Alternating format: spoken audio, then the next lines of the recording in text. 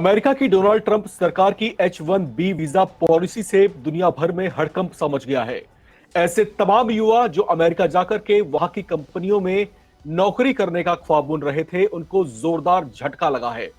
उनका भविष्य आगे क्या रहने वाला है, डोनाल्ड ट्रंप प्रशासन ने जता दिया है कि अब जो है अमेरिका फर्स्ट की नीति पर वो चल रहे हैं और अमेरिका के जो लोकल युवा हैं उन्हें नौकरियों में ज्यादा अवसर प्राप्त हो। शायद इसी वजह से उन्होंने इस तरह का फैसला लिया। नमस्कार, मैं हूं राम विश्वकर्मा, आप देख रहे हैं नवभारत टाइम्स और इस पूरे मुद्दे पर विस्तृत बातचीत करने के लिए हमारे साथ मौजूद हैं प्रोफेसर सतीश कुमार साहब। अंतर्राष्ट्रीय मामलों के विशेषज्ञ हैं और इग्नू में ये पढ़ाते हैं। सर, ये डोनाल्ड ट्रंप प्रशासन की तरफ से जो ये फैसला लिया गया है, इसे आप किस तरीके से देखते हैं? देखिए, निश्चित रूप से जो आपने कहा कि प्रथम अमेरिकी नीति का हवाला दिया जा सकता है। हमें याद है कि 2012 में ओबामा ने अपने युवकों को संबोधित करते हुए कहा था कि अगर आप मेहनत नहीं करोगे तो आने वाले समय में आपकी नौकरियां भारतीय और चीन के लोग लेकर चले जाएंगे। तो ये संशय और द्वंद्व जो है वो आज का नहीं है, पहले से है। तो H-1B वीजा को लेकर जो आकस्मिक निर्णय लिया गया, क्योंकि अभी भारत अमेरिका का संबंध बड़े ही विचित्र स्थिति में है, तो कोई भी निर्णय को स्ट्रैटेजिक और इकोनॉमिक नजरिए से देखा जा रहा है और देखा भी जाना चाहिए। लेकिन इसका अर्थ यही है कि अमेरिकी व्यवस्था अपने इस निर्णय से एक तो पैसे की उगाही करना चाहती है, दूसरा अपने भीतर के पनपते हुए बेरोजगारी को दूर करने की कोशिश कर रही है, और तीसरा एक तरह से अनावर्जक, जिसे हम कह सकते हैं कि माइग्रेंट्स आ रहे हैं, उनको क्वालिफाई करने की कोशिश कर रही है कि उसमें बेहतर से बेहतर ही लोग आ पाए और उस पर एक अंकुश लग सके। और इसका खामियाजा निश्चित रूप से दुनिया के तमाम देशों को होगा, लेकिन भारत को विशेष रूप से, क्योंकि H-1B वीजा का जो आंकड़ा है वो ये बताता है कि 70% वो भारतीयों पर लागू होता है। लेकिन अगर इसको हम व्यापक लैंडस्केप पर देखें तो ये एक अनिश्चितता की स्थिति भारत के लिए एक सुनियोजित अपॉर्चुनिटी भी क्रिएट करेगा। ब्रेन ड्रेन से ब्रेन ग्रेन की स्थिति उत्पन्न होगी।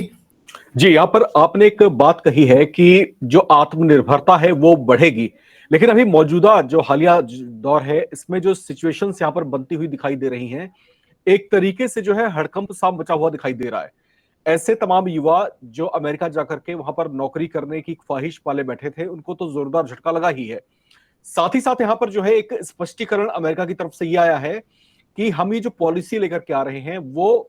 पुराने H-1B वीजा होल्डर्स के लिए नहीं है, बल्कि उनके लिए है जो नया वीजा के लिए जो अप्लाई करेंगे उनके लिए है। एक आंकड़ा जो है व्हाइट हाउस की तरफ से भी सर जारी किया गया है, उसमें जो है उन्होंने कहीं ना कहीं ये बताने की कोशिश की है कि जो विदेशी लोग जो आकर के यहाँ पर नौकरियां कर रहे हैं, उसकी वजह से अमेरिका में बेरोजगारी की जो दर है वो लगातार बढ़ती जा रही है। 2023 से लेकर के 2025 तक के जो आंकड़े हैं वो जो है शेयर किया गया है व्हाइट हाउस की तरफ से, और ये बताने की कोशिश की गई है कि कहीं ना कहीं जो बड़ी संख्या में भारतीय वहां पर पहुंचते हैं नौकरियों की तलाश में, उनको वहां पर नौकरियां मिल जाती हैं, तो उसकी वजह से वहां पर जो है बेरोजगारी बढ़ रही है। अच्छा, मैं ये समझना चाह रहा हूं आपसे कि ये ओवर द नाइट फैसला तो नहीं हो सकता,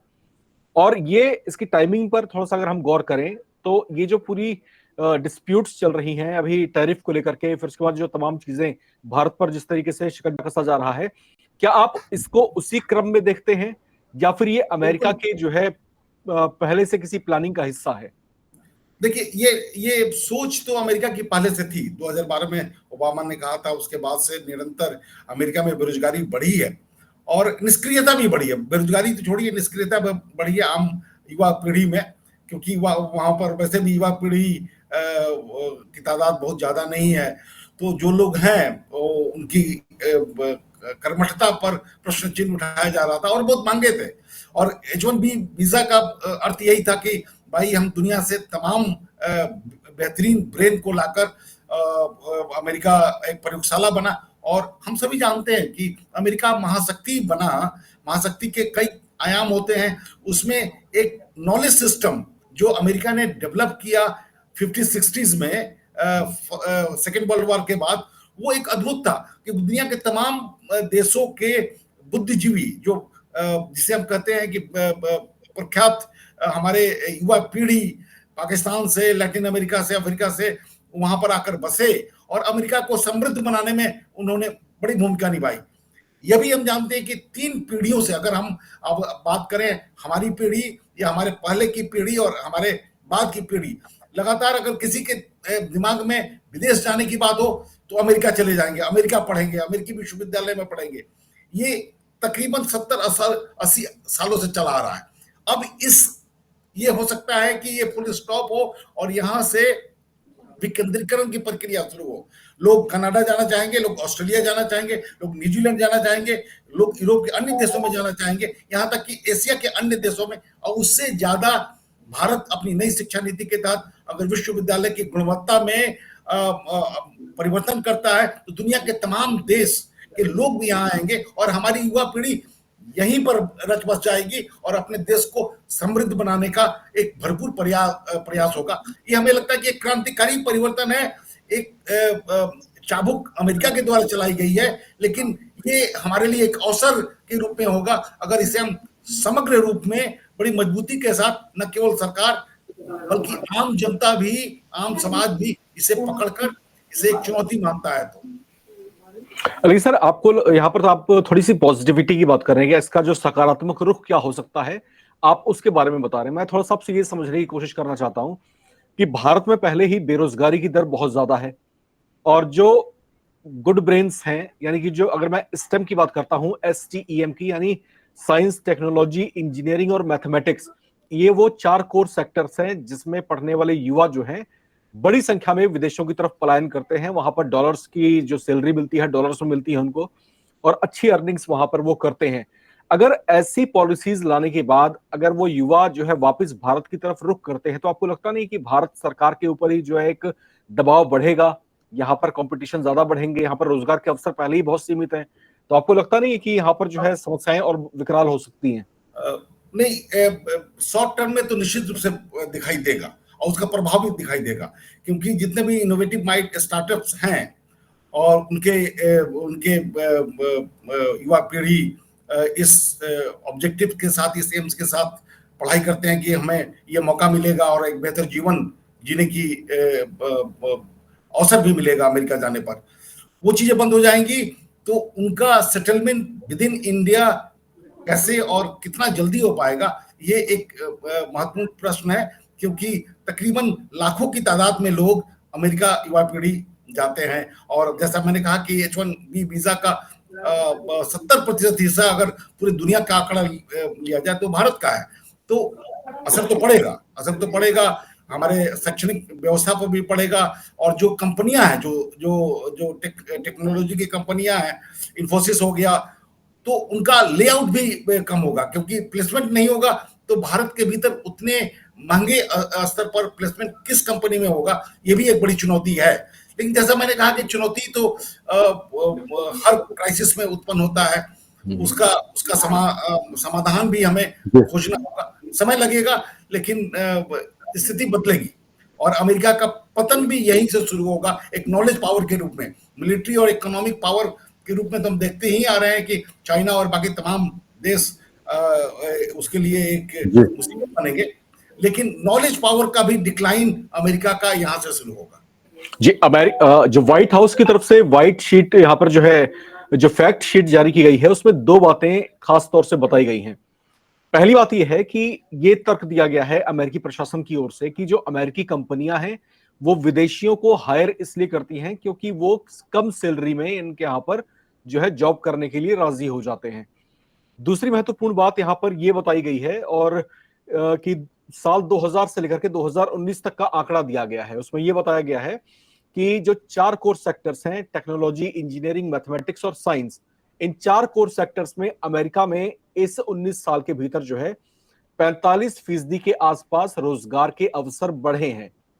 लेकिन इसके जो है कॉन्ट्रडिक्शन में एक और आंकड़ा दिया गया है कि 45% रोजगार के अवसर बढ़े हैं, लेकिन विदेशों से आकर के अमेरिका में नौकरी करने वालों की संख्या भी इन 19 सालों में डबल हो चुकी है, दुगने से ज्यादा हो चुकी है। तो इसीलिए जो है अब उसको रोकने का प्रयास जो है डोनाल्ड ट्रंप प्रशासन की ओर से किया जा रहा है। ये जो है इनकी तरफ से जो फैक्ट शीट जारी की गई है उसके अंदर ये आंकड़ा दिया गया है। अब मैं सर बतौर विदेशी मामलों के विशेषज्ञ मैं थोड़ा सा आपसे ये जानने की कोशिश कर रहा हूं कि जब इस तरह की चुनौती अब सामने आ चुकी है और ये रूल जो है लागू किया जा चुका है, अब विकल्प क्या बचता है सामने? देखिए, विकल्प तो आत्मनिर्भर भारत ही एक इसका विकल्प है। जैसे अमेरिका फर्स्ट के तहत ये निर्णय लिए जा रहे हैं। ऐसा इस बात की आलोचना हम ट्रंप की नहीं कर सकते हैं कि भाई वो अपनी आर्थिक व्यवस्था को मजबूत बनाने के लिए कर रहे हैं, अपनी युवा पीढ़ी को रोजगार देने के लिए कर रहे हैं। जो पैसे बढ़ेंगे उससे उनके टैक्स को कम किया जाएगा और युवा पीढ़ी को उससे फायदा मिलेगा। लेकिन सर एक और चीज नहीं है यहाँ पर कि जैसे वो ये तर्क तो दे रहे हैं कि भैया विदेशी युवा आते हैं हमारे यहाँ जॉब करते हैं, खासतौर से हिंदुस्तानियों की बात की गई है, लेकिन एक बात वो डिनाई नहीं कर सकते कि जो भारतीय युवा वहां पर जा रहे हैं रोजगार के अवसरों की तलाश में, वो असल में हिंदुस्तानी ब्रेन क्रीम्स हैं। तो वहां पर अगर वो जा रहे हैं, वहां पर वो अपनी जो है सारी कार्य क्षमता, अपनी सारी ऊर्जा वो दे रहे हैं, तो ये अमेरिका के अपने विकास में भी बहुत सहायक हो रहे हैं। अमेरिका इस बात से डिनाई नहीं कर सकता, अमेरिका की जो ग्रोथ हो रही है उस ग्रोथ में जो है एक बहुत बड़ा योगदान इन भारतीय युवाओं का भी है। तो इस पॉइंट को क्यों नजरअंदाज किया जा रहा है? इसलिए तो मैंने कहा कि नहीं बताया जा रहा। बिल्कुल। देखिए, जिस तरीके से भारतीय वहां पर जाते थे पढ़ाई के लिए, जो वीजा का सिस्टम है, फिर वो H1B वीजा के हकदार बन जाते थे। फिर जब H1B वीजा के हकदार बनने के बाद वो 3 और 6 साल गुजर जाता था तो ग्रीन कार्ड के वो हकदार बन जाते थे। और ग्रीन कार्ड का मतलब कि वो एक तरह से सिटीजनशिप अमेरिका का मिल जाना और फिर वहीं के वहां की मिट्टी में रच बस जाना। तो ऐसे हजारों लाखों परिवार, युवा पीढ़ी, विशेषकर युवा पीढ़ी जो वहां पर जाकर अपना जीवन बसाए, अपने यहाँ के परिवार से भले ही डिजिटली कनेक्टेड हो लेकिन फिजिकली या इमोशनली डिस्कनेक्टेड हो गए थे। तो इसको हम पूरी तरह से ब्रेन ड्रेन की बात, थियरी यहाँ पर लागू होती थी कि उससे हमारे देश की आर्थिक व्यवस्था को नुकसान पहुंचता था, बौद्धिक संपदा कमजोर होती थी। तो ये टूटने के बाद, ठीक है, मुसीबत के साथ ये टूट रहा है, स्वाभाविक रूप से नहीं टूट रहा है। अमेरिका के प्रतिबंध के बाद लोगों का मन भरेगा और फिर वो अपने भीतर, अगर पढ़ाई के लिए उन्हें अवसर नहीं मिलेगा तो भारत के बहुत सारे ऐसे इंस्टीट्यूट हैं जो, ठीक है, तुलनात्मक दृष्टि से हम तो नहीं कर सकते कि अमेरिका के बेहतरीन विश्वविद्यालय के बराबर हम आज पहुंच गए हैं, लेकिन क्षमता तो है। उस क्षमता को विकसित करने की जरूरत है और अपने उस तमाम बुद्धिजीवी लोग जो अमेरिकी आर्थिक व्यवस्था को उन्होंने 40-50 सालों में